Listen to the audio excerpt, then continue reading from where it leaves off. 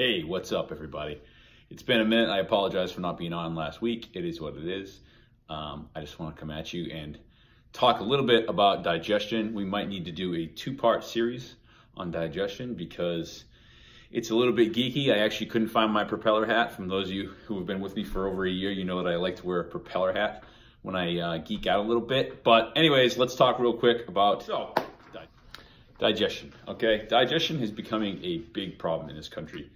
And for evidence of that, all you need to do is look at the ads on TV and when you're up and down the aisles at the grocery store for drugs and or over-the-counter supplements, whatever you want to call them, that are there to support the symptoms of poor digestion. The problem with that, those drugs and supplements like Tums and Prilosec and whatever, is that they actually make your digestion much worse when you take them, even though you get that feeling that they're doing. How does it all go wrong? Well, first off, we eat the processed food. The processed food doesn't support the physiology of digestion, and then our digestive system goes to hell. Okay, this can cause all kinds of problems from allergies to mental health. It has been actually, a line has been drawn by doctors, and it goes like this: Big Mac, Zantac, Prozac. Think about that for a second. So proper digestion is the key to a lot of things, and the biggest surprise to me as far as this all went was the fact that mental health could be an issue. So basically it comes down to this: it doesn't matter how much organic grass-fed turkey you eat, all right? If you can't digest the tryptophan, then you won't produce serotonin, and that can lead to mental health problems. So yeah, the line has been drawn. So what do we need to know? Well, first, we need to realize that digestion goes from the north to the south. It may sound like basic knowledge, but if one part doesn't work, the second part can't work, and the third part can't work, and it all can't work, you know what I mean? And it actually starts, everybody thinks it starts in the mouth, but we're actually talking about the brain, okay? Just the idea of food, or the smell of food, or the anticipation of food actually starts the digestive process through your salivary glands, and it gets the HCl fired up in your stomach. So remember that, it starts up here. Number two, we need to realize that there are three important organs in digestion: the stomach, the pancreas, and the gallbladder. A lot of people think that living without a gallbladder is no big deal, but it actually is a big deal and should be avoided at all costs.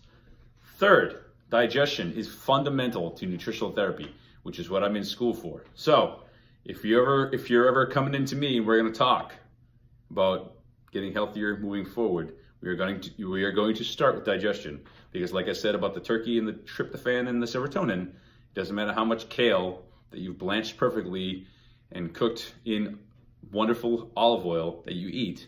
If you can't digest it, it's not important. You can't. So I need you to remember this. Every cell that makes up every tissue, that makes up every organ, is dependent on a properly functioning digestive system.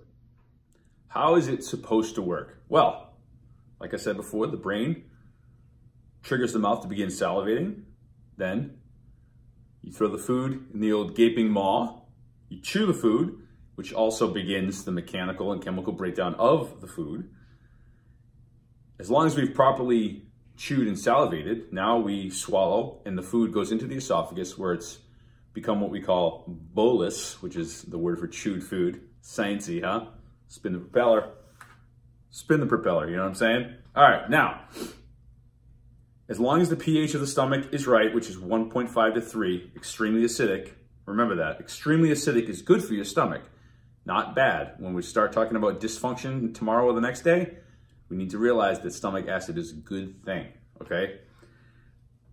The stomach will then produce acids and enough hydrochloric acid and other enzymes that turn the bolus into chyme. Now, like I said before, regardless of what the folks at Procter & Gamble want you to believe, you know, with those commercials with stomach acid boiling and heartburn and GERD and all these other like things that we need to address with Prilosec, OTC, and blah, blah, blah, stomach acid is very important, okay? Stomach acid is responsible, and specifically HCl, is responsible for disinfecting your stomach, killing bacteria and parasites, activating the pepsin, which then breaks down the proteins, stimulating gastrin and breaking down other proteins, I'm just saying, don't diss the stomach acid. So then the chyme is released into the small intestine through the duodenum, which acts as a digestive organ as well as a gland, not only moving the chyme and mucus, but producing secretin and cholecystokinin, okay? We can just call that CCK, it's way easier, all right?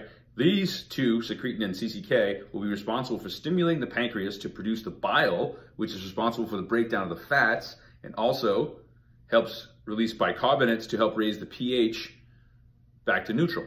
So this whole thing is all working together inside the stomach with the acid. It starts with... All right, so now we're inside the small intestine where carbs turn into glucose, fats turn into triglycerides and fatty acids, and proteins turn into amino acids, okay?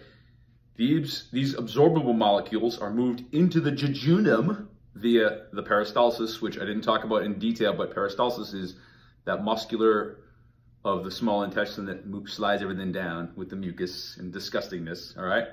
So this is where the millions of the villi absorb the nutrients into the bloodstream, and then they're distributed throughout the body, okay? Now, the remaining chyme, all right, it's like it's like indigestible fiber, whole bunch of bile, water, and then waste material. That's all passed to the large intestine where it can be recycled, the remaining nutrients can be absorbed, and the waste can be... Without going over geekness and breaking down all the enzymes and all the bicarbonates and all the ways that this magic works, let's just do a quick review, all right? So where does digestion start? In the brain, all right? We start digestion in the brain where the salivary glands are first activated. Again, this is when you smell food, when you talk about food, when you see the Wendy's commercial on TV, you go, it's actually, so digestion's starting just by watching those commercials. That's how they get you guys. That's how they get you, all right? And then we put the food in our mouth, we chew it and salivate it. By the way, a great trick, because, you know, grandma was always right when she said chew your food 100 times or whatever. If you don't chew properly, if it's just a couple of chews and a gulp, you're right here, you're already on the wrong track. So a little trick I've been using lately since I started to realize how important this shit is that what you do every bite, you put your fork down. It helps a little bit. It also helps to be in a good mood when you eat. And I know that life isn't like that lately. You know, you get all stressed out, you got to get the kid to hockey, you got this and that, you know. So anyways, after we chew it, we swallow it. It's now bolus as long as it's been chewed properly and enzymated, salivated properly.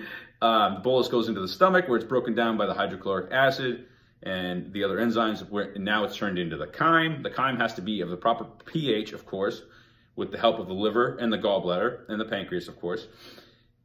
Now we can enter the small intestine for absorption into the bloodstream, you know, spreading around all the nutrition. So the remains are sent to the large intestine for removal and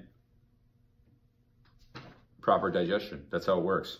So listen, I'm back here and I don't have a microphone because last time I went and did this and I put the video on Instagram TV, I got all super zoomed and it was kind of weird, but I don't know, whatever. So drop me a comment, click like, subscribe if you're not on my YouTube page, please subscribe, and yeah, do the damn thing. We'll talk later this week about improper digestion and a lot of the issues that I didn't talk about today because I ran out of time. I gotta go pick up my kids. All right.